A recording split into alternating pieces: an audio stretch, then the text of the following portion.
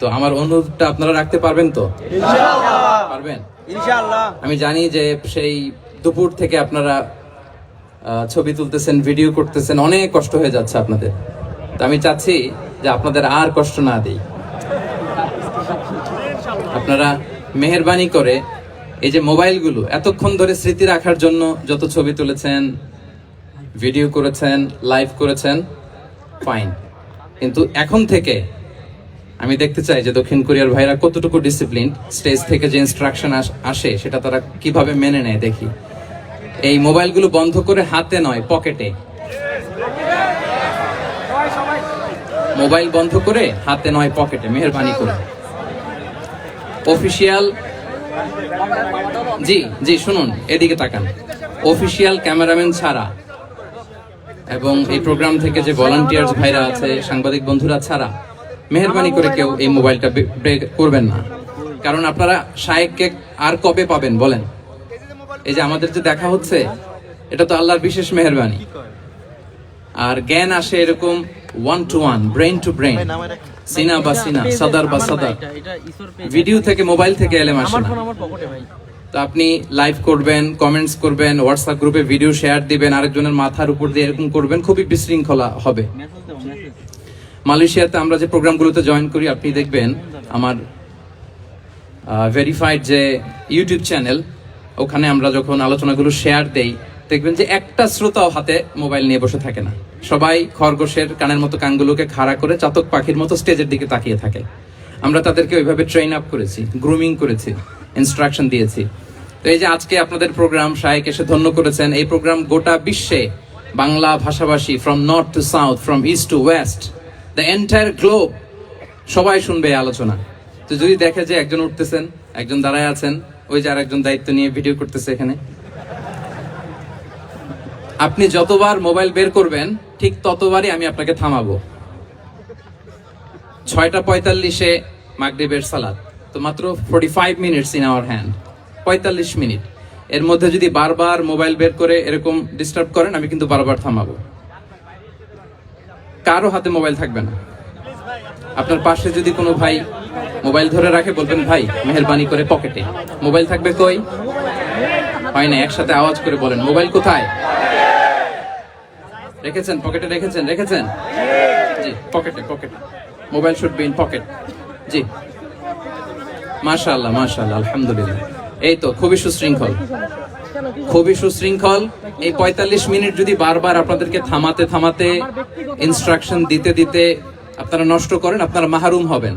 আমি একটা টপিক নিয়ে কথা বলতে এসেছি, আপনারা যদি এভাবে মোবাইল ধরে রাখেন তাহলে ডিস্টার্ব হবে। মোবাইল বন্ধ, কারো মোবাইল চলবে না। Mobile should be in pocket. পকেটে রেখেছেন তো সবাই, না? 15 মিনিট পর আবার আস্তে করে বের করবেন। কারা কারা হাত তোলেন তো? বের করবেন, মোবাইল বের করবেন না। আমার দিকে তাকিয়েছেন তো? আচ্ছা, তাহলে আমরা শুরু করি। জি, আমার দিকে তাকান। নাহমাদুহু ওয়া নুসাল্লি আলা রাসূলিহিল কারীম, আম্মা বা'দু, ফাআউযু বিল্লাহি মিনাশ শাইতানির রাজীম, বিসমিল্লাহির রহমানির রহিম। فبما رحمة من الله لنت لهم ولو كنت فظا غليظ القلب لانفضوا من حولك فاعف عنهم واستغفر لهم وشاورهم في الأمر فإذا عزمت فتوكل على الله إن الله يحب المتوكلين صدق الله العظيم رب اشرح لي صدري ويسر لي أمري واحلل عقدة من لساني يفقه قولي কোরিয়া মুসলিম ফেডারেশনের আওতাধীন সং উরি জামি মসজিদের আয়োজনে ডেজিং ইউনিভার্সিটি স্টেডিয়ামে আজকের আয়োজিত এই দ্বিতীয় বার্ষিক ইসলামী মহাসম্মেলনে আপনারা যারাই উপস্থিত হয়েছেন, আপনাদের সবাইকে জানাচ্ছি আন্তরিক শুভেচ্ছা এবং মোবারকবাদ। আহলান ওয়া সাহলান ওয়া মারহাবান বিকুম ফি হাযাল লিকা আত-তাইয়িব আল মুবারাক। শুরুতে আমরা আল্লাহ রাব্বুল ইজ্জা ওয়াল জালালের দরবারে শুকরিয়া জ্ঞাপন করছি যে আল্লাহ তাআলা এত চমৎকার একটি পরিবেশে আমাদের প্রিয় মাতৃভূমি বাংলাদেশ থেকে হাজার হাজার কিলোমিটার দূরে দক্ষিণ কোরিয়ার এই ইউনিভার্সিটির স্টেডিয়ামে কিছু দিনই কথা শুনবার জন্য আমাদেরকে আসার বসার সুযোগ করে দিয়েছেন। আমরা সবাই পড়ে নিয়েছি কালিমাত শুকর, আলহামদুলিল্লাহ। আল্লাহ রাব্বুল ইজ্জা ওয়াল জালালের দরবারে লাখো কোটি শুকর এবং সুজুদ এবং প্রশংসা শেষে আমি আজকের এই প্রোগ্রামের অর্গানাইজিং কমিটিকে অন্তরের অন্তঃস্থল থেকে ধন্যবাদ জানাতে চাই, যারা দীর্ঘদিন অনেক চেষ্টা করে অনেক আয়োজন করে আজকের এই চমৎকার ফুলের বাগানকে তারা সাজিয়েছেন। তাদেরকে আমরা শুভেচ্ছা জানাই, ধন্যবাদ জানাই। আজকের প্রোগ্রামে উপস্থিত আছেন দক্ষিণ কোরিয়া প্রবাসী বিশিষ্ট ব্যবসায়ী ভাইয়েরা, চাকরিজীবী ভাইয়েরা, শ্রমজীবী ভাইয়েরা, এবং দেখতে পাচ্ছি গ্যালারিতে পর্দার অন্তরালে আমাদের মা বোনেরা এসেছে, কচিকাচা সোনামণিরা। তারপর আমি এখানে সিকিউরিটি ডিপার্টমেন্টকে দেখলাম, police department, and I would like to thank from the bottom of my heart to the Daejeon University Authority for giving us this nice venue to organize such an amazing program. May Allah bless them with guidance. আমরা সবাই বলি আমিন। আমিন। আজকে উপস্থিত আছেন এই প্রোগ্রামের volunteers ভাইয়েরা, press, media, সাংবাদিক বন্ধুরা। আমি সবাইকে আবারও ধন্যবাদ এবং শুভেচ্ছা জানিয়ে শুরু করছি। প্রিয় ভাইয়েরা, আমাদের সময় খুব কম, কথা অনেক বেশি। আল্লাহর শুকরিয়া যে আমরা আমাদের প্রিয় শায়েখ আস-সুন্নাহ ফাউন্ডেশনের চেয়ারম্যান শায়েখ আহমদুল্লাহ হাফিজাহুল্লাহ ওয়া রাআহকে পেয়েছি। উনি কথা বলার পরে আর কিছু বলার অবকাশ থাকে না, সুযোগ থাকে না। এত সুন্দর করে বলেন, ঠিক কিনা বলেন? তো চমৎকার নাসিহা নিশ্চয়ই উনি করেছেন, কোরআন সুন্নাহর আলোকে কিউএস সেশন করেছেন, কোশ্চেন আনসার সেশন করেছেন। আমরা আল্লাহর কাছে দোয়া করি, প্রার্থনা করি শায়েখের আলোচনা থেকে যেন আমরা উপকৃত হতে পারি। শায়েখ যে দিক নির্দেশনামূলক বক্তব্য আমাদের সামনে উপস্থাপন করলেন, আমরা যেন সেগুলোর উপর আমল করতে পারি। প্রিয় ভাইরা, খুব বরকতময় একটা সময় আমরা কাটাচ্ছি। রবিউল আউয়াল মাস, এটা মিলাদুন নবীর মাস, সিরাতুন নবীর মাস, বিষ্ণু ইসলামের সিরাত আলোচনার মাস। পুরো মাস জুড়ে আমরা বিষ্ণু ইসলামের আসিরা আল আতেরা, বরকতময় সিরাত নিয়ে, মিলাদ নিয়ে আমরা আলোচনা করে থাকি। তো আজকের এই সন্ধ্যায় আমি বিষ্ণু ইসলামের সিরাত থেকে ছোট্ট একটা টপিক নিয়ে অল্প কয়েক মিনিট কথা বলবো ইনশাআল্লাহ। এবং আমি আশা রাখবো এখন যেমনি আপনারা ঠিক চুপচাপ নীরব হয়ে বসে আছেন মাগরিবের আজান পর্যন্ত, শেষ পর্যন্ত আপনারা ঠিক এভাবেই বসে আমাদেরকে সাহায্য করবেন, কোঅপারেশন করবেন। প্রিয় ভাইরা, যে টপিকটি আমি চুজ করেছি আপনাদের জন্য আজকের এই কনভেনশনে বা কনফারেন্সে, সেটা হচ্ছে আমাদের প্রিয় নবী বিশ্বনবী মুহাম্মদ রাসূলুল্লাহ সাল্লাল্লাহু আলাইহি ওয়াসাল্লামের আচরণ কেমন ছিল। কেমন ছিল আমার প্রিয় নবীজির আচরণ? তিনি মানুষের সাথে কেমন আখলাকে, কেমন ব্যবহার তিনি করতেন, কেমন ডিলিংস করতেন, তার ইন্টারাকশন গুলো মানুষের সাথে কেমন ছিল, তার আচরণ কেমন ছিল, এই টপিকে আমরা কথা শুনবো।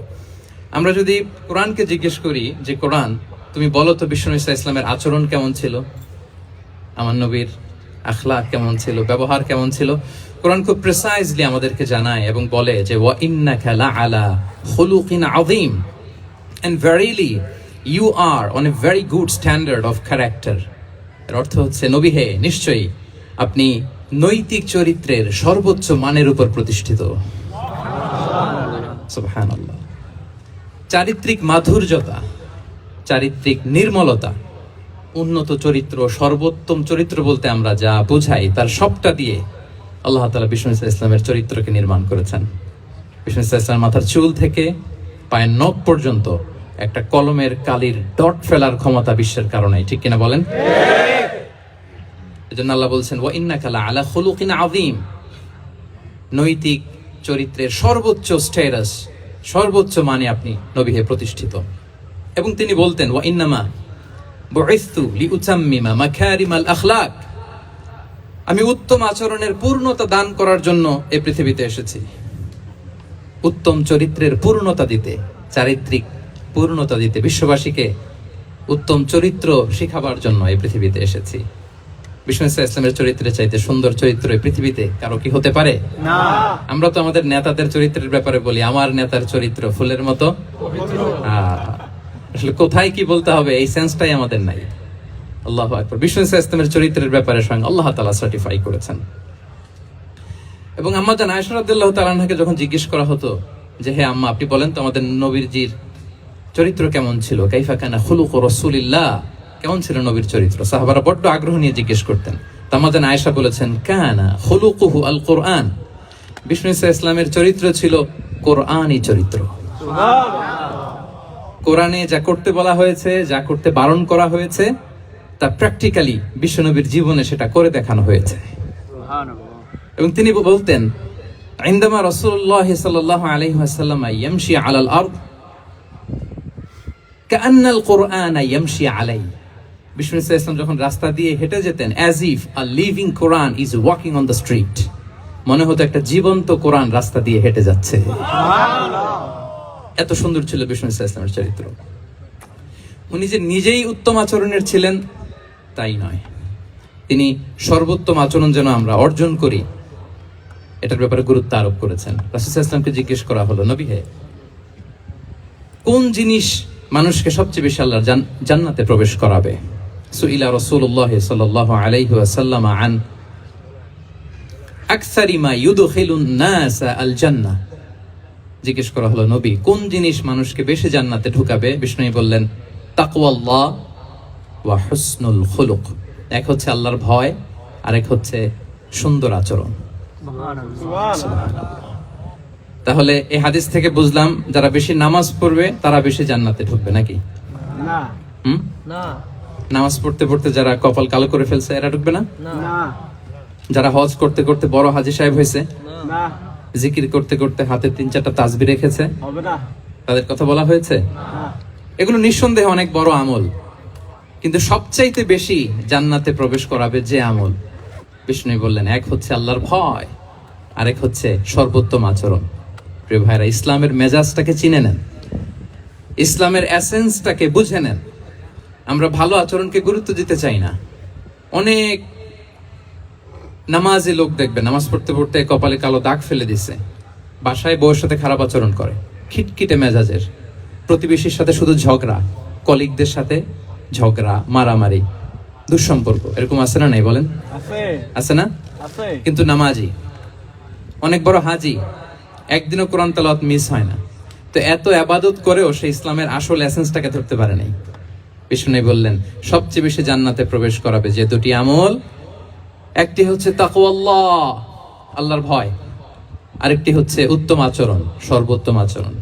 তো আমরা যেন উত্তম আচরণের অধিকারী হই, আমার স্ত্রীর সাথে যেন ভালো আচরণ করি, প্রতিবেশীর সাথে যেন ভালো আচরণ করি, ছেলে মেয়েদের সাথে যেন আমাদের অ্যাটিটিউডটা ভালো থাকে, আচরণটা ভালো থাকে, কলিগের সাথে যেন ভালো থাকে। বিশ্বনবীর আচরণ যেমন ছিল তেমন আচরণ যেন আমরা গড়ে তুলতে পারি। আওয়াজ করে পড়ুন আমিন। সুনানে আবু দাউদের এক বর্ণনা, বিষ্ণু ইসলাম বলেন, খুব চমৎকার একটি হাদিস, মনোযোগ দিয়ে শুনুন। তিনি বলেন, আনা যাঈমুন বিবাইতিন ফি রাবাদিল জান্নাতি লিমান তারাকাল মিরাআ ওয়া ইন কানা মুহিক্কান। আমি ওই ব্যক্তিকে জান্নাতের আঙ্গিনায় একটা ঘরের গ্যারান্টি দেই যে ব্যক্তি তর্ক করার সময় নিজে হক এটা জেনেও সে তর্ক থামিয়ে দেয়। অনেক সময় হয় না, অনেকে পায়ে পাড়া দিয়ে ঝগড়া করতে আসে, এরকম আছে না নাই? আপনি চুপচাপ দেখবেন একটা বাজে কমেন্টস করতেছে, আবার কমেন্টের নিচে কমেন্ট, আবার গালি, হ্যাঁ আছে না এরকম? বিষ্ণু বলেন নিজে হক এটা জানার পরেও আর যাতে তর্ক না বাড়ে, যে তর্ক থামিয়ে দেয় জান্নাতের আঙ্গিনায়, তাকে আমি একটা ঘরের গ্যারান্টি দেই। ওয়াবিবাইতিন ফি ওয়াসাতিল জান্নাতি লিমান তারাকাল কাযিবা ওয়া ইন কানা মাযিআন। আর ওই ব্যক্তিকে আমি জান্নাতের মাঝখানে একটা ঘরের গ্যারান্টি দেই যে ব্যক্তি কৌতুক করার সময়ও মিথ্যা পরিহার করে। করতেছে কৌতুক, ফান করতেছে আর কি, হি ইজ কিডিং, পান করে, কৌতুক করে, কিন্তু কৌতুকের সময়ও সে মিথ্যা বলে না। এই স্বভাব যাদের, তাদেরকে আমি জান্নাতের মাঝ বরাবর একটা ঘরের গ্যারান্টি দেই। এরপর বিষ্ণু কি বলে দেখেন, তিনি বলেন ওয়াবিবাইতিন ফি আ'লাল জান্নাতি লিমান হাসানা খুলুকাহ। আর জান্নাতের একেবারে হাইস্ট পিক অফ প্যারাডাইস, জান্নাতের সর্বোচ্চ স্তরে আমি একটা ঘর বা একটা বাসভবনের গ্যারান্টি ওই ব্যক্তিকে দেই যে তার আচরণটা সুন্দর করেছে, যে সুন্দর আচরণের অধিকারী হয়েছে, তাকে জান্নাতের হাইস্ট পিকে আমি একটা বাসভবনের গ্যারান্টি দেই। তাহলে বলেন তো আমাদের আচরণটা সুন্দর করার দরকার আছে না নাই? এটা খুব ছোটখাটো একটা আমল, তাই না? কথা বলেন, দক্ষিণ কোরিয়া প্রবাসী ভাইরা আওয়াজ করে বলেন, এটা কি ছোট আমল? দেখলে সালাম দিব, সুন্দরভাবে কথা বলবো, ভালো উইশ করব, হ্যাঁ, হিংসা জিঘাংসা অহংকার থেকে মুক্ত থাকবো, খিটখিটে মেজাজের হব না, অলওয়েজ স্মাইলিং ফেস থাকবে আমার, হৃদ্যতাপূর্ণ আচরণ। এই কাজটা কি ছোট আমল? আওয়াজ করে বলেন, এই আমলটা কি ছোট না বড়? প্রিয় ভাইরা, বিষ্ণু ইসলাম সবার সাথে এরকম মাধুর্যতাপূর্ণ আচরণ করতেন, ছোট থেকে বড়, নারী থেকে পুরুষ, বন্ধু থেকে শত্রু, সবার সাথে সুন্দর আচরণ করতেন। এবং তার এই চমৎকার আচরণে মুগ্ধ হয়ে তার অনেক শত্রু মুহূর্তে তার বন্ধুতে পরিণত হয়েছে। তাহলে আসুন আমরা দেখি আমাদের প্রিয় নবীজির আচরণ কেমন ছিল। এটা ছিল ভূমিকা কথা। Introductory discussion. এটা বুঝলে পুরো আলোচনা বুঝবেন। আলোচনার এই পর্যায়ে এসে আমি যতটুকু বললাম এটা সবার কাছে ক্লিয়ার না ভাইরা? প্রিয় নবীজির আচরণ কেমন ছিল এটা নিয়ে আমরা শুনবো। শুরুতেই আমরা দেখি যে শিশুদের সাথে বিষ্ণু ইসলাম কেমন আচরণ করতেন। এই যে এত বলার পরেও লুকিয়ে লুকিয়ে অনেকে মোবাইল বের করে, আপনি যে ডিস্টার্ব করতেছেন আমাদের, মেহরবানি করে করবেন না, এদিকে তাকান। তাহলে শিশুদের সাথে পেয়ারা নবীজি কেমন আচরণ করতেন সেটা আমরা শুনবো। আমরা যদি থ্রু দ্য লেন্স অফ সিরা অথবা through the lens of Sunnah lens দিয়ে, আমরা তো এক একজন এক এক লেন্স লাগাই, তো দেখবেন যে সুন্দর একটা গ্লাস পরলে যেটা যেই কালার ওইটা দেখা যায়, কিন্তু নীল গ্লাস পরলে গোটা দুনিয়াটা, লাল গ্লাস লাগালে দুনিয়াটা। এই জন্য কোরআনের লেন্স দিয়ে আমরা বিশ্ব দেখি। কোন লেন্স দিয়ে বিশ্ব দেখবো? We see the world through the lens of কোরআন।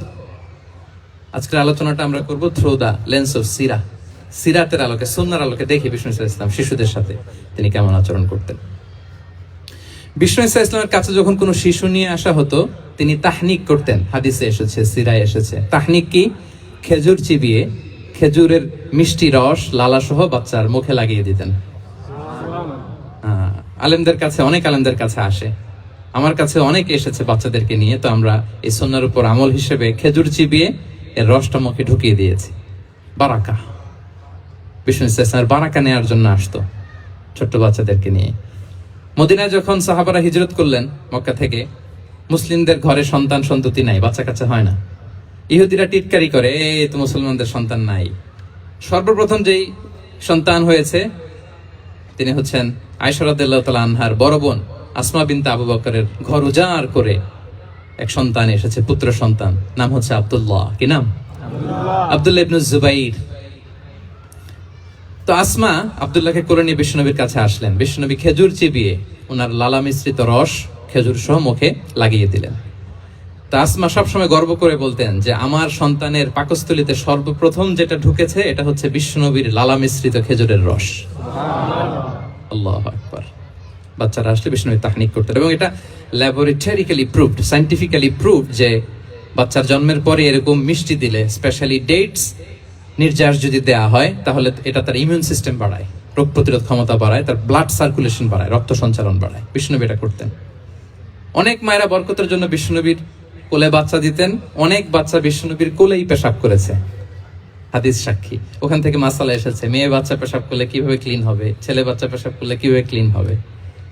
বিষ্ণুনবী কোলে নিয়েছেন, পেশাব করে দিছে ভরায়া। আল্লাহু আকবার।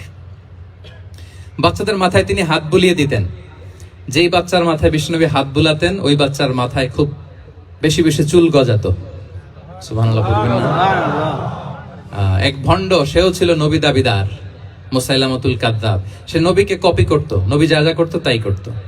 তো সেও তার এলাকায় অনেক বাচ্চাদের মাথায় হাত বুলাই দিতে শুরু করলো, যে মুহাম্মদ বাচ্চার মাথায় হাত বুলালে বাচ্চার মাথায় চুল বড় হয়, আমিও তাই করব। সে বলতো আমিও নবী। সে বলতো নবু আনিস শুনলি ওয়ানিস শুনলাকি মুহাম্মদ। হে মুহাম্মদ, নবু তোমার অর্ধেক আমার অর্ধেক। কি মামুর বাড়ির আবদার দেখছেন? বলে আমারটা আমাকে বুঝিয়ে দাও। তো নবীকে কপি করত। বিশ্বনবী কুয়ার মধ্যে লোনা পানির কুয়ায় থুতু ফেললে মুহূর্তে লোনা পানির কুয়া মিঠা পানির কুয়ায় পরিণত হতো। তো এই বদমাসটা যখন কপি করে থুতু মারছে ওদের এলাকার কুয়ায়, ওটা ছিল মিঠা পানি, ওটা মুহূর্তের মধ্যে লোনা পানির কুয়া হয়ে গেছে। তো বিশ্বনবীকে কপি করে সে তার এলাকার নবজাতক বাচ্চাদের মাথায় যখন হাত বুলিয়ে দিতে শুরু করলো, পরবর্তীতে দেখা গেল ওই বাচ্চাগুলো আজীবন ছিল টাক মাথা। চুল বাড়বে তো দূরের কথা, এদের মাথায় চুলই ওঠে নাই। আল্লাহু আকবার। মুজিজাতুন নবী। বিষ্ণু মাথায় হাত বুলিয়ে দিতেন, বাচ্চাদেরকে চুমু খেতেন। আপনারা বাচ্চাদেরকে কোলে নেবেন, আদর করবেন, চুমু খাবেন, বিষ্ণুর সুন্নাহ এটা। বাচ্চাদের সালাম দিতেন। মাঝে মাঝে বাচ্চাদের সাথে মজা করতেন, তাদের সাথে খেলাধুলা করতেন। বাসার সময় পেলে এটা করবেন, ছেলে মেয়েদেরকে নিয়ে খেলতে নেমে যাবেন। শুধু বাচ্চাদের সাথে ফান করতেন এমন না, ভুল দেখলে শুধরে দিতেন। এক ছোট্ট বাচ্চা কোলে বসে খাবারের প্লেট থেকে এখান থেকে ধরে ওখান থেকে ধরে, তাও বাঁ হাতে। বিষ্ণু বললেন ইয়া গোলাম সাম্মিল্লাহ, বিসমিল্লাহ বলো। কুল বিয়ামিনিক, বাঁ হাতে নয় ডান হাতে খাও। ওয়া কুল মিম্মা ইয়ালিক, আর এদিক সেদিক থেকে নয়, তোমার সামনে যেটা আছে ওইটা খাও। সুবহানাল্লাহ।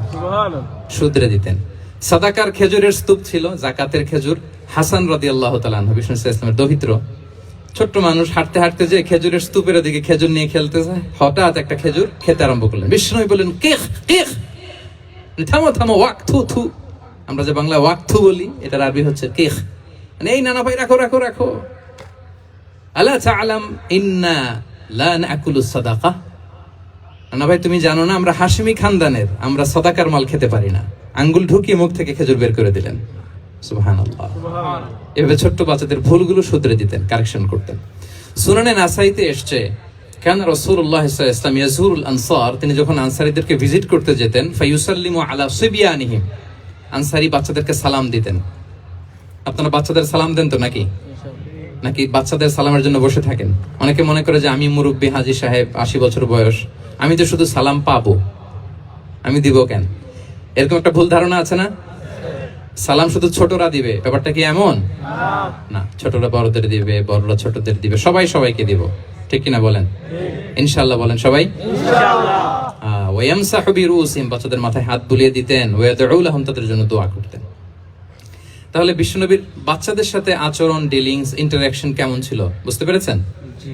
একবার এক নামাজে ওনার নাতিদেরকে নিয়ে হাজির হলেন, হাসান হুসাইন রাদিয়াল্লাহু আনহুমাকে নিয়ে। তো নামাজের এক সিজদায় বিশ্বনবী এমন লম্বা সময় সিজদায় পড়ে রইলেন, মাথা আর উঠান না। মুসল্লিরা তো অবাক, সাহাবারা ভাবলেন হায় রে, নবীজি অসুস্থ হয়ে গেলেন নাকি, অথবা ওহী নাজিল হলো নাকি। নামাজ শেষে সাহাবারা জিজ্ঞেস করলেন, ইয়া রাসূলুল্লাহ, আপনি কি অসুস্থ হয়েছেন নাকি ওহী নাজিল হচ্ছিল? এত লম্বা সিজদা দিতে তো কখনো দেখি নাই। বিশ্বনবী বললেন, না না, কুল্লুন যালিকা লাম ইয়াকুন, কোনটাই না, বরং ওয়ালাকিন নাবনি ইরতাহালানি, আমার নানা ভাই হাসান হোসাইন সিজদারত অবস্থায় আমার পিঠের উপরে উঠে বসেছিল। ফাকারিহতু আন উআজ্জিলাহু হাত্তা ইয়াকদিয়া হাজাতা, আমি উঠে গেলে তাদের ডিস্টার্ব হবে, এজন্য সিজদায় পড়েছিলাম। যতক্ষণ তাদের পিঠে উঠে খেলতে মনে চেয়েছে তারা খেলেছে, তারা নেমেছে, তারপরে সিজদা থেকে মাথা উঁচু করে দাঁড়িয়েছি। কি কনসিডারেশন ছিল, কি কনসিডারেট পিপল ছিলেন, সুবহানাল্লাহি বিহামদি। তো আমরা কাঁধে নিয়ে খেলবো তো দূরের কথা, আমরা অনেকে বাচ্চাদেরকে মসজিদে দেখলেই রেগে যাই, আছে না নাই? অনেক মুরব্বীরা আছে মসজিদে বাচ্চা দেখতে পারে না, দেখবেন হ্যাঁ, খিটখিটে মেজাজের হয়ে যায়, রিঅ্যাক্ট করে। আলহামদুলিল্লাহ গত অনেক বছর ধরে বাংলাদেশে এটা নিয়ে আমরা কন্টিনিউয়াসলি বলেছি যে না, শিশুদেরকে আপনারা মসজিদে আসলে ধমক দিবেন না, ভুল করলে, আওয়াজ করলে, চিৎকার করলেও তাদেরকে বকা দেওয়া যাবে বলেন? আজকে যদিও বকা খেয়ে মসজিদ থেকে ফিরে যায়, আর কোনোদিন মসজিদের দিকে পা বাড়াবে না। ও যাবে ক্লাবে, হ্যাঁ, ও যাবে গানের কনসার্টে, আর ফেরাতে পারবেন মসজিদে? আর আসবে না। খবরদার, আপনার একটা ধমকের কারণে মসজিদমুখী কোনো শিশু যেন অন্যদিকে না যায়। বুঝাবেন যে আব্বু, এটা আমাদের ইবাদতগাহ, পবিত্র জায়গা, এখানে দুষ্টামি করতে হয় না, আওয়াজ করতে হয় না, আল্লাহ তোমাকে অনেক গুনাহ দিবে। গুনার ভয় দেখালে কিন্তু বাচ্চারা দুষ্টামি করে না, দেখবেন, ঠিক কিনা বলেন? এই সেন্সটা তাদের আছে, এভাবে বুঝাবেন। মুসনাদে আহমদ একটা হাদিস এসছে, বিষ্ণু ইসলাম ওনার চাচাতো ভাইদেরকে নিয়ে দৌড় প্রতিযোগিতা করাতেন, লাইন ধরে দাঁড় করাতেন, আর বলতেন, মান সাবাকা ইলাইয়া ফালাহু কাদা ওয়া কাদা, সবাই দাঁড়াও, দেখি কে কার আগে আমাকে দৌড়ে ধরতে পারে, যে ধরতে পারবে তাকে পুরস্কার দিব। আল্লাহু আকবার। এবং বিশ্বনবীর এই কথা শুনে সবাই দৌড়ে যে বিশ্বনবীর ঘাড়ের উপর উঠতো, বুকের উপর উঠতো, ঝাঁপিয়ে পড়তো, বিশ্বনবী সবাইকে ধরে আগলে নিতেন, প্রত্যেকের গালে চুমু খেতেন। পড়েন সুবহানাল্লাহ। এই ছিল শিশুদের প্রতি বিষ্ণু ইসলামের আচরণ। তো আমরা এরকম আচরণ করি কিনা? আমাদের আচরণটা আমাদের বাচ্চা, আমাদের আত্মীয় স্বজনের ছোট ছেলে মেয়ে, আমরা কোথাও শিশুদেরকে যদি দেখি, আমরা তাদের সাথে কিভাবে আচরণ করি, একটু মিলিয়ে নিন কার আচরণ কেমন, এরকম করেন কিনা। আমি আর জিজ্ঞেস করতে চাইলাম না, জাস্ট আস্ক ইউরসেলফ, নিজেকে জিজ্ঞেস করুন যে আমরা আমাদের বাচ্চাদের সাথে এরকম আচরণ করি কিনা। তাহলে প্রথম পয়েন্টটা ক্লিয়ার, শিশুদের সাথে বিষ্ণু ইসলামের কেমন আচরণ ছিল। এটা কি আপনাদের কাছে ক্লিয়ার হয়েছে প্রিয় ভাইরা? আপনাদের কষ্ট হচ্ছে না? হ্যাঁ, শেষ করে দিব? আরো কয়েক মিনিট শুনবেন তো? ইনশাআল্লাহ পড়েন সবাই। আচ্ছা, শিশুদের পার্ট শেষ, এবার দেখি বয়স্কদের সাথে, অ্যাডাল্টদের সাথে বিষ্ণু ইসলামের আচরণ কেমন ছিল, বড়দের সাথে কেমন আচরণ করতেন। আমরা আসুন দেখি। সাহাবারা তো সবচাইতে বেশি বিশ্বনবীর সঙ্গ পেয়েছেন, তাই না?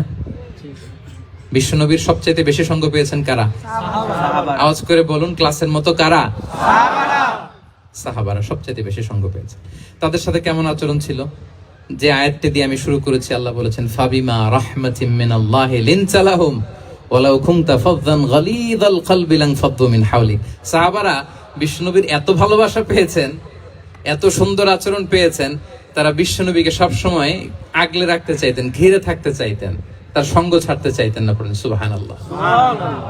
সবসময় ঘিরে রাখতে চাইতেন। বাসায় ভাল লাগে না, বিশ্বনবীর কাছে চলে যেতেন। ওয়াইফের সাথে মনোমালিন্য, নবীর দরবারে চলে যেতেন। এমনকি কোন সাহাবীর পেটে যদি ক্ষুধা লাগতো, ঘরে খাবার না থাকতো, তারা বিশ্বনবীর কাছে চলে যেতেন। তারা বলতেন নবীর চেহারার দিকে তাকিয়ে থাকলেই আমাদের ক্ষুধা মিটে যেত। আগলে রাখতেন সবসময় বিষ্ণু ইসলামকে। আর সবসময় বিষ্ণু ইসলাম একটা স্মাইলিং ফেস নিয়ে তাদের সাথে কথা বলতেন, মুচকি হাসবেন। বিষ্ণু বলেন তাবাসসুমুকা ফি ওয়াজহি আখিকা সাদাকা, your smile to your brother it's a charity.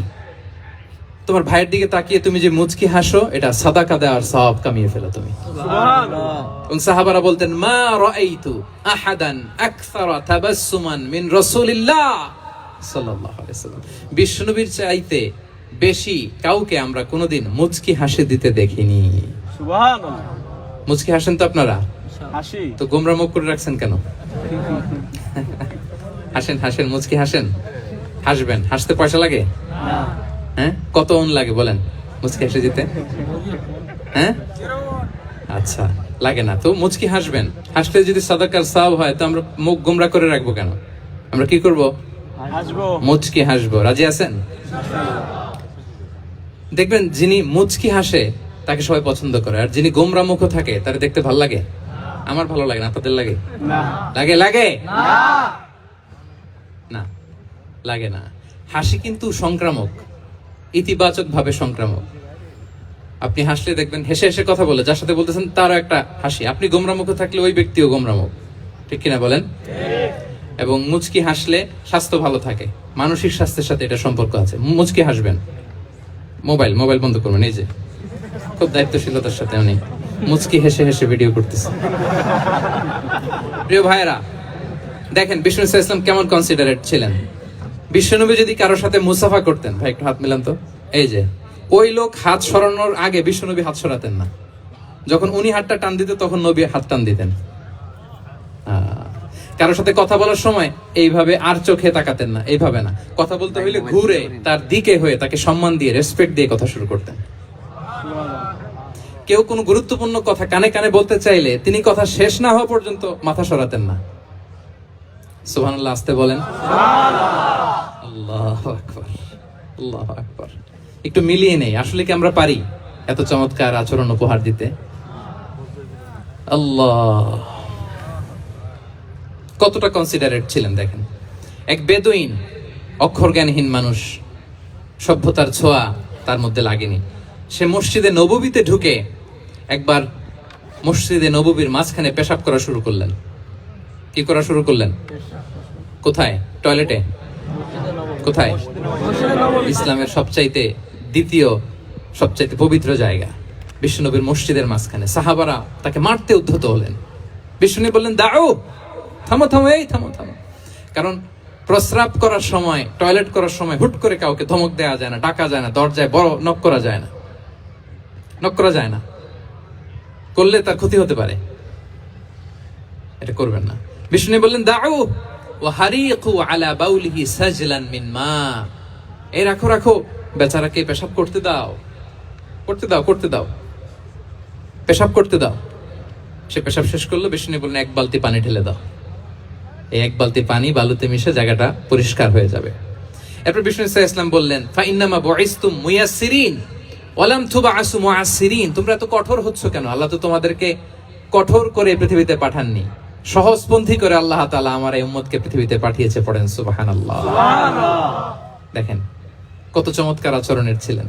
এবং পরে লোকটাকে বুঝিয়ে বললেন, সে কালিমা পড়ে মুসলমান হয়ে গিয়েছে। আল্লাহু আকবার। এই ছিল বিষ্ণু ইসলামের ইন্টারাকশন সাহাবাদের সাথে।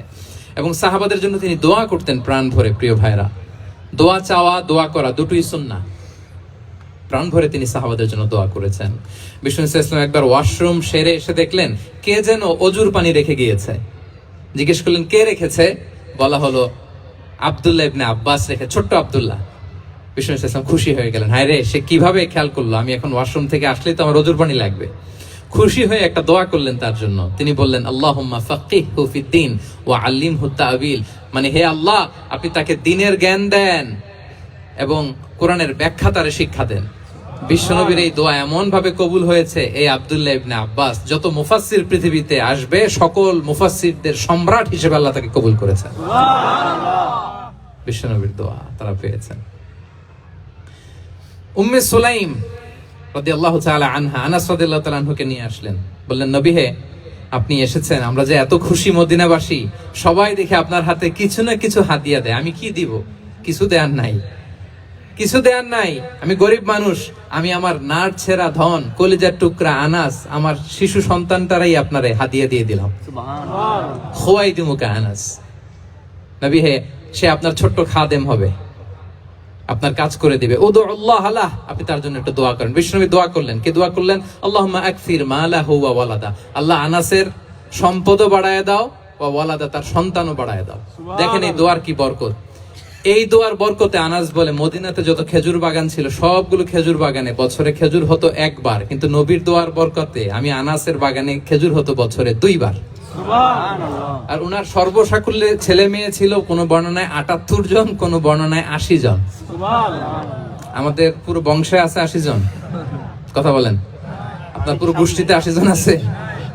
উনার শুধু ছেলে মেয়ে, একজনের ছেলে মেয়ে কয়জন?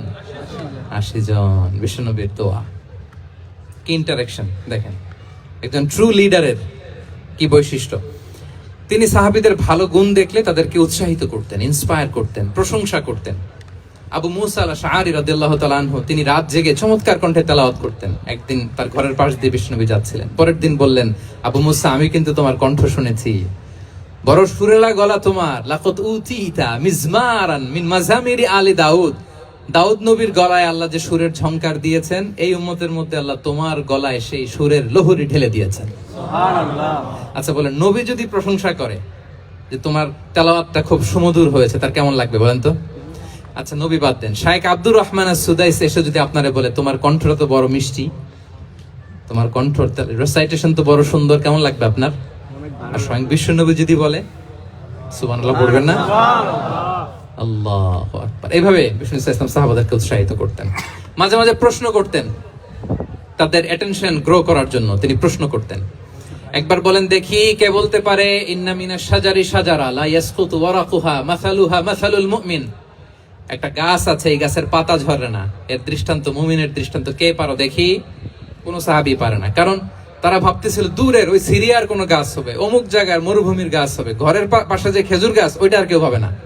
ভাবছে প্রশ্ন যেহেতু করছে, এত সহজ উত্তর হইলে তো প্রশ্ন করার কথা ছিল না। তারা এইটা বলে ওইটা বলে, ক্যাকটাস গুলমলাতা ওই গাছ, নবী বলে না, ইন্নাহা আন-নাখলা, এটা খেজুর গাছ। কি গাছ? খেজুর গাছ। তো আব্দুল্লাহ ইবনে ওমর তখন খুব ছোট, তিনি মনে মনে ধরে ফেলছিলেন, কিন্তু ভয়ে বলে না। তো বাসায় যে ওমর রাদিয়াল্লাহু বলে, আব্বা আপনারা কেউ পারেন না, আমি তো জানতাম এটা খেজুর গাছ, তো বললা না যে? আব্দুল্লাহ বলে আপনি পারেন না, অন্যান্য সাহাবারা বাচ্চা ছাড়া কেউ পারে না, আমি কেমনে কই? ওমর রাদিয়াল্লাহু বললেন, আজকে যদি তুমি বলতে পারতে লাল উট পেলে আরবরা যে যত খুশি হয় আমি তার চেয়েও বেশি খুশি হয়ে যেতাম। সুবহানাল্লাহ। নবীর সামনে আমার বুকটা এত বড় হয়ে যেত। আল্লাহু আকবার। দেখেন প্রশ্ন ছুড়ে দিয়ে মনোযোগ আকর্ষণ করতেন সাহাবাদের, রসিকতা করতেন মাঝে মাঝে।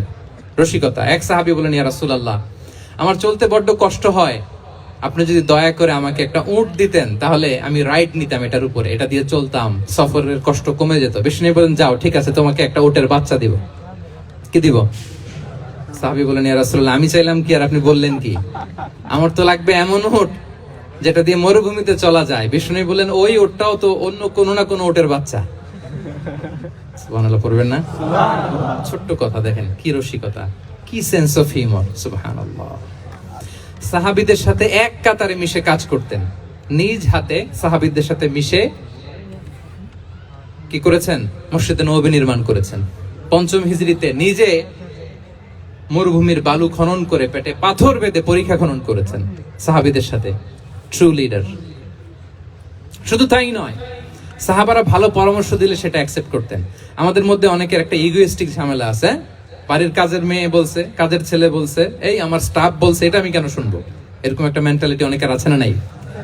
অনেক সময় তাদের মধ্য থেকেও ভালো পরামর্শ আসতে পারে না? বলেন পারে কিনা? বিশ্বনবী দেখতেন কেউ ভালো পরামর্শ দিলে সেটা পিক করতেন, নিয়ে নিতেন।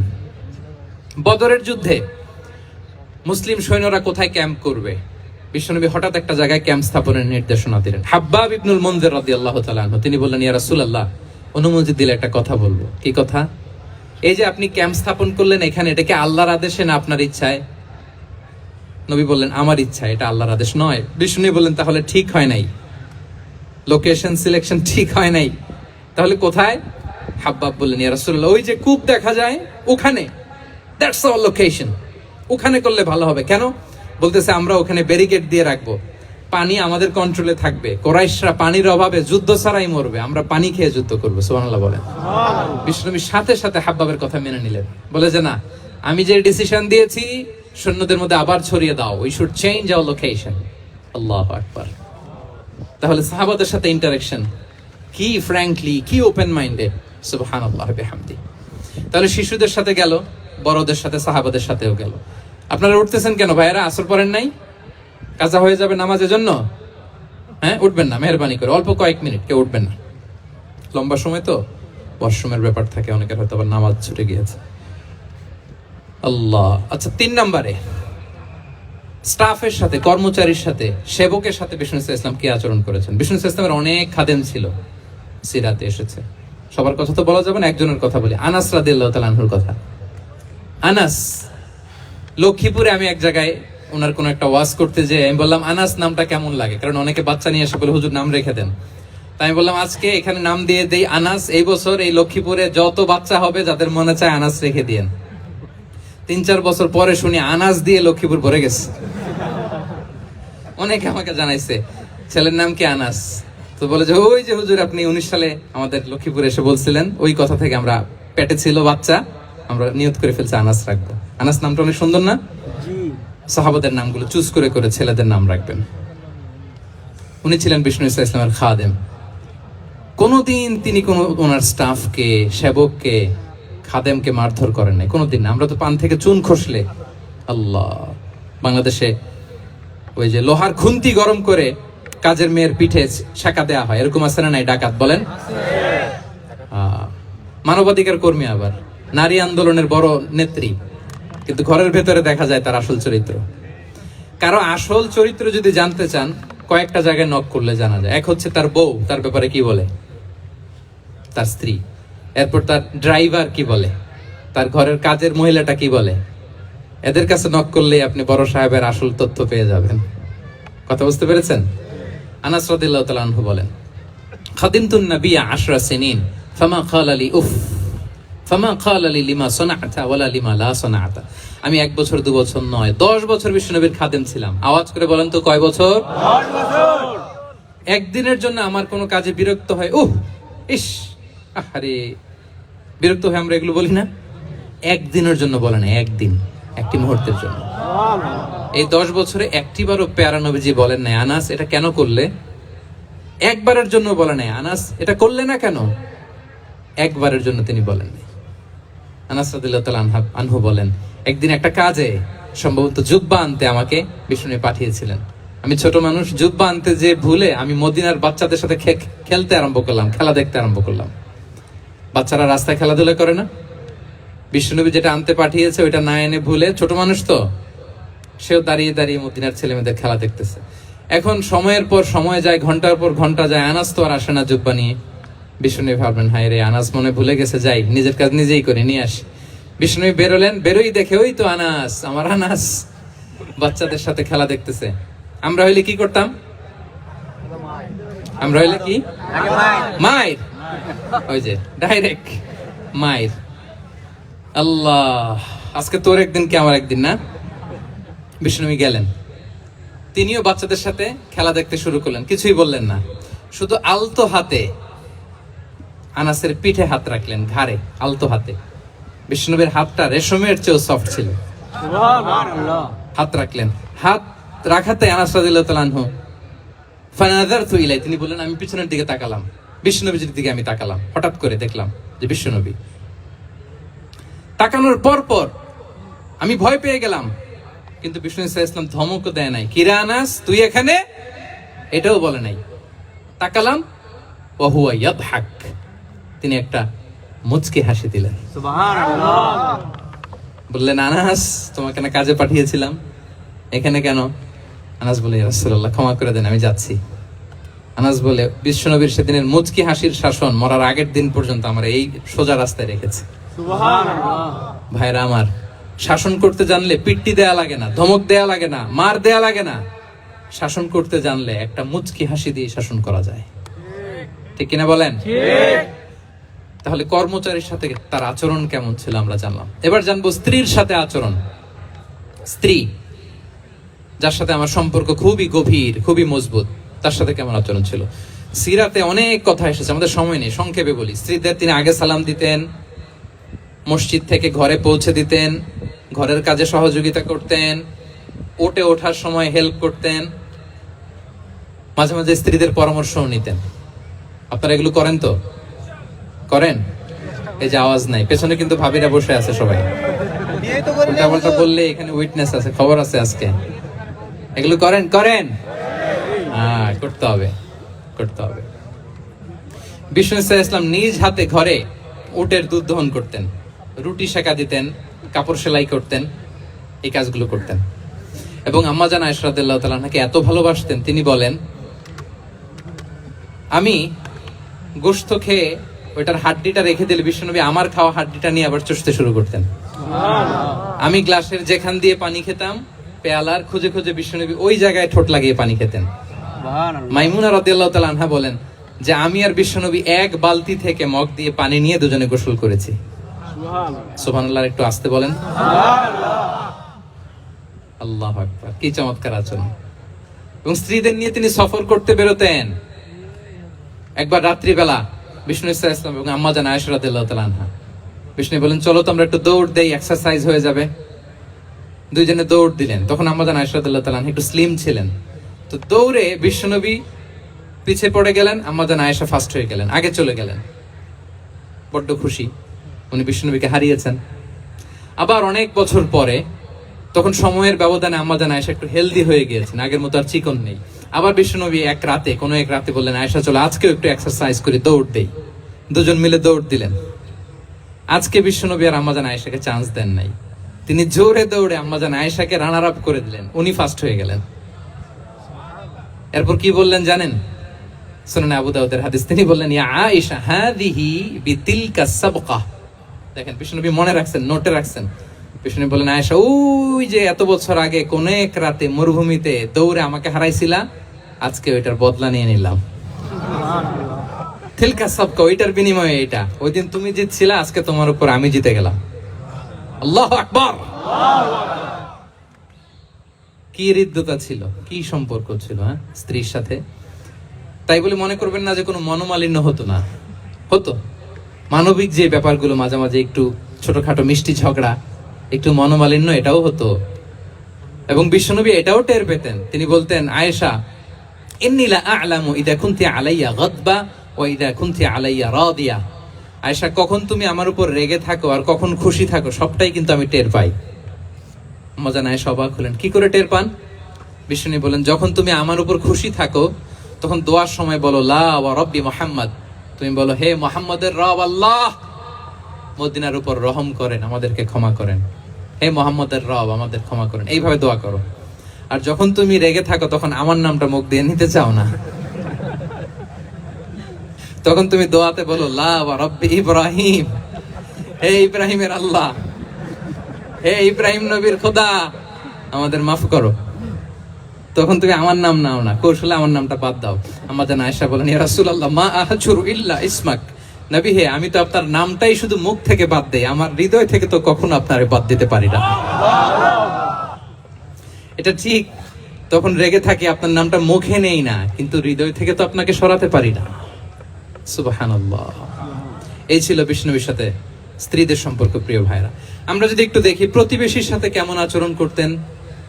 নেইবার, বিষ্ণু বলতেন, মান কানা ইউমিনু বিল্লাহি ওয়াল ইয়াউমিল আখির ফালইউকরিম দাইফা, যে আল্লাহ বিশ্বাস করে, আখিরাতে বিশ্বাস করে, সে যেন প্রতিবেশীকে সম্মান করে। এবং একবার আবু যার আল গিফারি রাদিয়াল্লাহু তাআলা আনহুকে বিষ্ণু ইসলাম বলেন, আবু যার, ইদা তাবাখতা মারাকান ফাআকসির মাআহ। হে আবু যার, তুমি যদি কখনো ঝোল তরকারি রান্না করো, ঝোলের তরকারি খাইছেন? আপনাদের সাউথ কোরিয়াতে তো বিখ্যাত একটা ঝোলের তরকারি আছে, কি নাম যেন, মাছের ম্যাগি বাগা, মেংথাং। আমরা একটা শব্দ শিখছিলাম, কি যেন বলে, খামসা হামনিদা। কয়েকটা শব্দ শিখাই দিছে ভাইরা আমাকে। তো এই যে নামটা বললাম, ঝোলের মধ্যে ট্যাংরা মাছ, শিং মাছ ঝোল দেয়া একটা তরকারি। তা আবু যার গিফারিকে বিষ্ণু ইসলাম বলেন, ইদা তাবাখতা মারাকান ফাকসির মা। হ্যাঁ আবু যার, কখনো যদি ঝোলের তরকারি রান্না করো, একটু বেশি করে পানি দিও, যাতে করে তোমাদের পাশাপাশি তোমার প্রতিবেশীর সাথে একটু ঝোল শেয়ার করতে পারো। প্রতিবেশীকে এত গুরুত্ব দিতেন। তিনি বলতেন, লাইসাল মুমিন আল্লাযী ইয়াশবাহ ওয়া জারুহু জাইউন ইলা জামবিহি। সে মুমিন নয় যে পেট পুরে খায় আর তার প্রতিবেশী না খেয়ে রাত যাপন করে, সে মুমিন নয়। দেখেন প্রতিবেশীকে কত গুরুত্ব তিনি দিয়েছেন। বিশ্বনবীর এক ইহুদি প্রতিবেশী ছিল। কোন ধর্মের? ইহুদি। সবাই বলেননি? ইহুদি। একসাথে আওয়াজ করে বলেন, কোন ধর্মের প্রতিবেশী? ইহুদি। ওই ইহুদির এক ছেলে বিশ্বনবীর কিছু কাজ করে দিতেন। অনেকদিন হলো ছেলেটা আসে না। ছোট্ট ইহুদি ছেলে, মোবাইল বন্ধ। ছোট্ট ইহুদি ছেলে আসে না। খোঁজ নিলেন, শুনলেন সে অসুস্থ। শুনলেন ইহুদি ছোট্ট ছেলেটা কি অসুস্থ। বিশ্বনবী দেখতে গেলেন। মুসলিম শিশুকে দেখতে গেলেন নাকি? কোন ধর্মের শিশু? তার মানে আপনার প্রতিবেশী যদি হিন্দু হয়, বৌদ্ধ হয়, খ্রিস্টান হয়, দ্যাট ডাজন্ট ম্যাটার। আপনি তার বিপদে আপদে পাশে থাকবেন, এটাই ইসলামের শিক্ষা, ঠিক কিনা বলেন? এই যে আপনাদের এখানে বুদ্ধিস্ট নেইবার আছে, হিন্দু নেইবার আছে, খ্রিস্টান নেইবার আছে, তারা বিপদে পড়লে তো আপনার যাওয়ার দরকার নাই না? যাবেন, খোঁজ খবর নিবেন, ভিজিট করবেন, পাশে দাঁড়াবেন। আপনি যে তাদের খোঁজ খবর নিতেছেন, মুসলিম হয়েও আপনি এত চমৎকার আচরণের, এটা দেখেই অনেকে কালিমা পড়ে মুসলমান হয়ে যাবে। এটাই তো দ্য বিউটি অফ ইসলাম, ইসলামের সৌন্দর্য। বিশ্বনবী হিন্দু মুসলিম ইহুদি বাছেন নাই, ছোট্ট ইহুদিটাকে দেখতে গেলেন। যে দেখে হায়রে, কাতর হয়ে সে বিছানায় মৃত্যু শয্যায় শুয়ে আছে। বাচ্চাটার মাথায় হাত বুলিয়ে দিলেন। হাত বুলিয়ে বাচ্চাটাকে, ইহুদি বাচ্চাটাকে বললেন, আসলিম, হে শিশু, তুমি ইসলাম ধর্ম গ্রহণ করো। এখন ছোট্ট মানুষ, তার বাবা আবার পাশে দাঁড়িয়েছে, আব্বা কি বলে না বলে, সে নাযারা ইলা ওয়াজহি আবি, বাবার দিকে তাকালেন। তা বাবা বলে, আতিয়া আবুল কাসিম, মানে বিষ্ণু ইসলামের কুনিয়াত, বড় ছিল ছিল কাসিম, তাকে বলা হতো আবুল কাসিম। ইহুদি বাবা বলল, মোহাম্মদ যা বলে তাই করো। সাথে সাথে সে বলল, আশহাদু আল্লা ইলাহা ইল্লাল্লাহ ওয়া আশহাদু আন্না মুহাম্মাদুর রাসূলুল্লাহ। বিশ্বনবী বেরোয়ার সময় বললেন, আলহামদুলিল্লাহিল্লাযী আনকাযাহু মিনান নার। প্রশংসা সে আল্লাহর, যে একটু আগে জাহান্নামী হওয়ার কথা ছিল, মুহূর্তে কালেমার মধ্য দিয়ে তাকে জান্নাতি বানিয়ে দিলেন। দেখেন প্রতিবেশীর সাথে কি আচরণ। ইহুদি প্রতিবেশীর পাশে দাঁড়িয়েছেন, অসুস্থ, ভিজিট করেছেন। আমরা যেন আমাদের প্রতিবেশীর খোঁজ রাখি। অভুক্ত প্রতিবেশী রেখে আপনি পেট পুরে খেয়ে তাহাজ্জুদ পড়লে ওই তাহাজ্জুদ আল্লাহর দরবারে যাবে না। খবরদার, খবরদার, আমরা যেন প্রতিবেশীর সাথে সুসম্পর্ক রাখি। এবার যুদ্ধবন্দীদের সাথে বিষ্ণু ইসলাম কেমন আচরণ করেছেন। যুদ্ধবন্দী, POW, প্রিজনার অফ ওয়ার। যুদ্ধবন্দী পর্যন্ত যুদ্ধ হয়েছে, প্রতিপক্ষ হেরেছে, আমরা জিতেছি, তাদেরকে বন্দী হিসেবে আমরা পেয়েছি। তাদের সাথে ইসলাম কি আচরণ করতে বলে। আমরা তো অনেক যুদ্ধবন্দীদের ইতিহাস জানি পৃথিবীতে। আবু গারিব কারাগারের কথা শুনেছি আমরা ইরাকে, ঠিক কিনা? হ্যাঁ, পশ্চিমারা কি নির্যাতন করেছে। আমরা কিউবার গুয়ান্তানামো বের কথা শুনেছি, কি অমানবিক নির্যাতন তারা করেছে, কি টর্চার সেল তারা ওখানে করেছিল।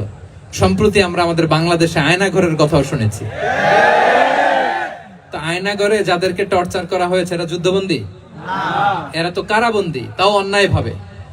এনফোর্স ডিসঅ্যাপিয়ারেন্স ছিল, অন্যায় ভাবে তাদেরকে গুম করা হয়েছে।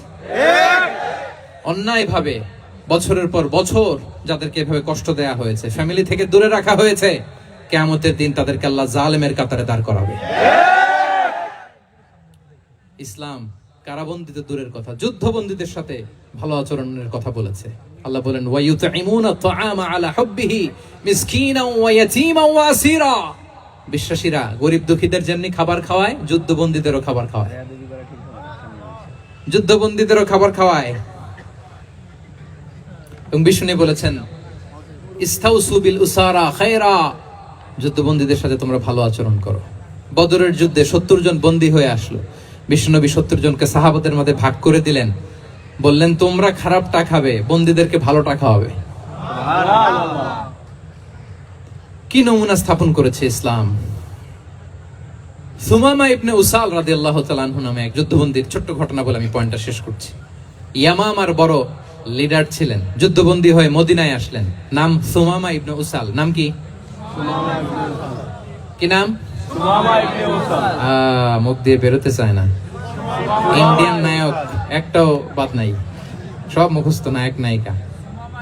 সুমামা ইবনে উসাল রাদিয়াল্লাহু তাআলা আনহু তখন মুশরিক ছিলেন, বন্দী করে আনা হলো। ব্যাপার কি? হাত দেখাচ্ছেন কারে? হ্যাঁ, ক্যামেরা ছিল। সুমামা ইবনে উসাল রাদিয়াল্লাহু তাআলা আনহু বন্দী হয়ে আসলেন। খুব চমৎকার ঘটনা, খেয়াল করে শুনুন, আর 2-1 মিনিট আলোচনা শেষ করে দিবে। এদিকে তাকান। সুমামা ইবনে উসালকে যুদ্ধবন্দী হিসেবে আনা হলো, তাকে মসজিদে নববীর পিলারের সাথে রশি দিয়ে বাঁধা হলো। বিশ্বনবী বললেন, সুমামা কি অবস্থা তোমার? কি অবস্থা তোমার? কেমন লাগে? তোমার সাথে কেমন আচরণ করা হবে বলো? বললেন, মুহাম্মদ তুমি চাইলে মারতেও পারো, বাঁচিয়েও রাখতে পারো। বিষ্ণু বললেন, সুমামা এ দুনিয়াটাই শেষ নয়, আখিরাতে বিশাল এক জগৎ পড়ে আছে। তুমি যদি শাহাদা বাক্য পড়ো আমাদের ভাই হয়ে যাবা, তোমার সেফটি সিকিউরিটির দায়িত্ব আমাদের, আমরা তোমরা সবাই মিলে এক। তারপর একে একে বিশ্বনবী তার সাথে ইসলামের সৌন্দর্যগুলো তুলে ধরলেন, সালাত কি, যাকাত কি, এগুলো বুঝালেন। বাড়িতে যেয়ে বললেন সবচেয়ে ভালো খাবার রান্না করো, একজনকে দিয়ে মসজিদে পাঠালেন। যুদ্ধবন্দীর সাথে কি আচরণ দেখছেন। এরপরের দিন বিশ্বনবী আবার তাকে ইসলামের দাওয়াত দিলেন। এরপর বাড়িতে এসে একজনকে বললেন, যাও আমার ওই উটের দুধ দহন করে তাকে 1 পেয়ালা গরম দুধ দিয়ে আসো। আমরা জামাইকেও তো এরকম সমাদর করি না, কি বলেন? তৃতীয় দিন বিশ্বনবী আবার খাবার নিয়ে গেলেন, আবার ইসলামকে তুলে ধরলেন। সুমামা তো অবাক, যুদ্ধবন্দীদের সাথে মুসলমানরা এরকম আচরণ করে। 3 বছর বিশ্বনবীর 3 দিন ধরে লাগাতার যখন ইসলামকে প্রেজেন্টেশন শেষ, বিশ্বনবী বললেন, যাও এবার সুমামা ইবনে উসালের রশিটা খুলে তাকে ছেড়ে দাও। সাহাবারা বলেন কি ইয়া রাসূলুল্লাহ, ভয়ঙ্কর, বিশ্বাসঘাতকতা করবে, মেরে ফেলবে আমাদের। বিশ্বনবী বললেন, না আমি যা জানি তোমরা তা জানো না, ছেড়ে দাও। সুমামাকে ছেড়ে দেয়া হলো। সুমামা বের হলেন মসজিদ থেকে, ফিরে তার ভূখণ্ড, তার এলাকা ইয়ামামাতে তিনি গেলেন না। মদিনার মসজিদে নবীর পাশে খেজুর বাগানের পাশে তিনি অজু করলেন, গোসল করলেন, অজু করলেন। এরপর ফিরে এসে বিশ্বনবীর সামনে দাঁড়িয়ে বললেন, আশহাদু আল্লা ইলাহা ইল্লাল্লাহ ওয়া আশহাদু আন্না মুহাম্মাদান আবদুহু ওয়া রাসূলুহু। আল্লাহু আকবার। আমি সাক্ষ্য দিচ্ছি আল্লাহ ছাড়া কোনো ইলাহ নেই, আপনি আল্লাহর প্রেরিত রাসূল।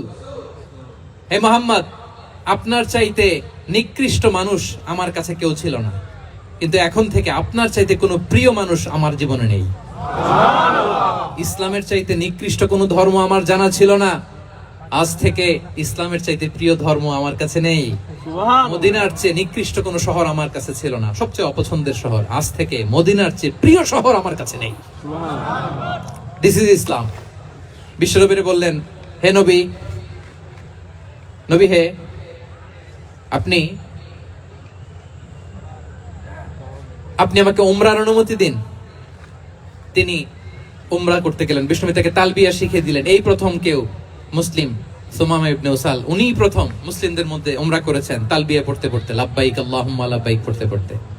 উমরা করার শেষে ইয়ামামা থেকে গম আসতো মক্কায়, ওই গম পিষে রুটি বানিয়ে মক্কাবাসী খেয়ে বেঁচে থাকতো। উনি ঘোষণা দিলেন, মুহাম্মাদের অনুমতি ছাড়া ইয়ামামার একটি গমের দানা আজ থেকে মক্কায় পৌঁছবে না। সুবহানাল্লাহ পড়বেন না? এই যে আমেরিকা যে ইকোনমিক স্যাংশন দেয়, এটা শিখছে সুমামা উমামা ইবনে উসাল রাদিয়াল্লাহু তাআলা আনহুর কাছ থেকে। আল্লাহু আকবার। তিনি বললেন, একটা গমের দানা পৌঁছবে না মক্কাবাসীতে, ওনারা আর রুটি খেতে পারে না। গমের দাম বেড়ে গেল। বিষ্ণুর কাছে চিঠি লিখে পাঠালেন, হে মুহাম্মদ, তুমি যদি উমামারে না বলো আমরা না খেয়ে মরবো। পরে বিশ্বনবীর হস্তক্ষেপের মধ্য দিয়ে আবার ইয়ামামা থেকে গম আসা শুরু হয়েছে। সুবহানাল্লাহ পড়ে। প্রিয় ভাইয়েরা, তাহলে বন্দীদের সাথে, যুদ্ধবন্দীদের সাথে বিশ্বনবীর আচরণ কেমন ছিল টের পেয়েছেন? অনুধাবন করতে পেরেছেন? কষ্ট হচ্ছে আপনাদের?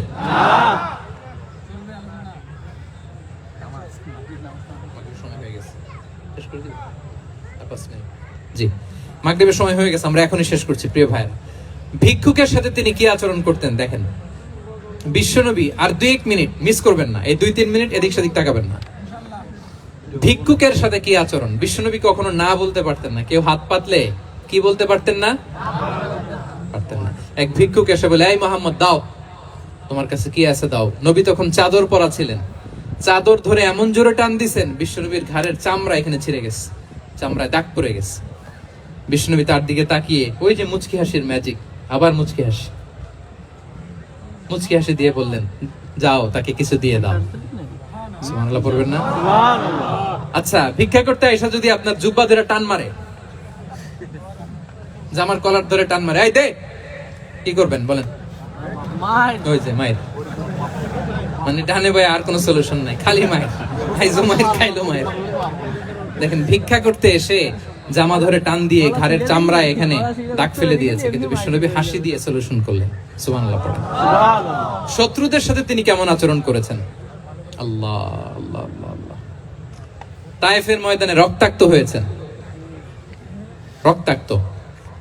পাহাড় রক্ষী ফেরেশতারা বলে, নবী আপনাকে রক্তাক্ত করেছে?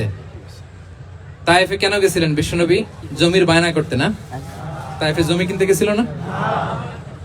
তায়েফবাসীকে জাহান্নামের আগুন থেকে বাঁচাতে রক্তাক্ত করা হয়েছে। পাহাড় রক্ষী ফেরেশতারা বললেন, নবী একটা আদেশ দেন, দুই দিক থেকে চাপা মেরে পুরো তায়েফবাসীকে মাটির সাথে মিশিয়ে ফেলবো, মাটির সাথে মিশে যাবে। বিশ্বনবী বললেন, না না, তারা হয়তো ঈমান আনে নাই, তাদের ভবিষ্যৎ প্রজন্মের কেউ না কেউ লা ইলাহা পড়বে,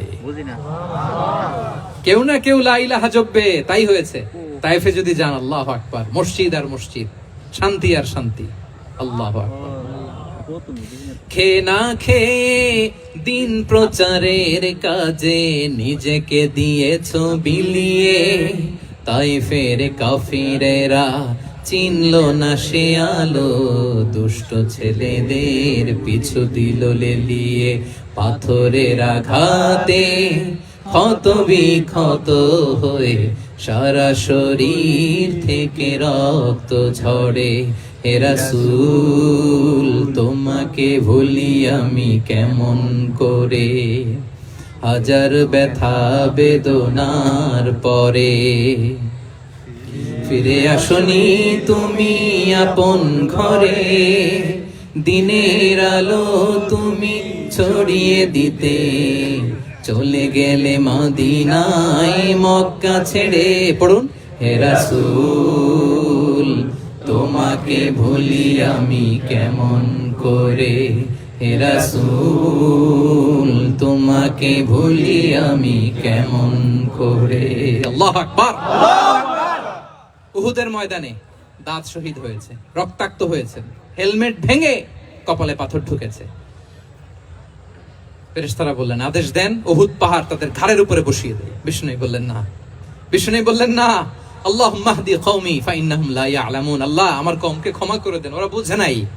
দেখেন, শুধু ক্ষমাই চান নাই যে আল্লাহ ওদেরকে মাফ করে দেন, ওদের হয়ে কৈফিয়ত দিয়েছেন আল্লাহকে, এক্সকিউজ দিয়েছেন। আল্লাহ কেন কেন ক্ষমা করবেন? কারণ ওরা বুঝে নাই। এক্সকিউজ দিয়েছেন, তাদের হয়ে কৈফিয়ত দিয়েছেন। এই ছিল শত্রুদের সাথে বিশ্বনবীর আচরণ।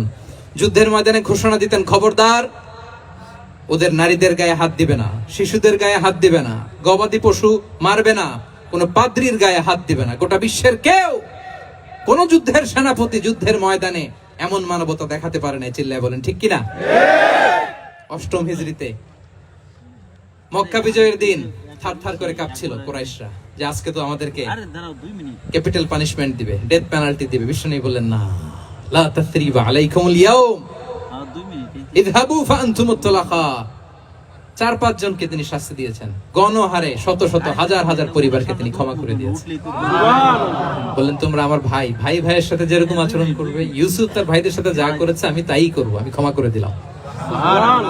আল্লাহু আকবার। এ ছিল শত্রুদের সাথে আচরণ। শেষ কথা বলি, শেষ কথা হচ্ছে প্রাণীর সাথে বিশ্বনবীর কেমন আচরণ ছিল। প্রাণীর সাথে একবার এক আনসারের খেজুর বাগানে ঢুকলেন, ঢুকে দেখেন একটা উট কাঁদে। কি কাঁদে? উট কাঁদে।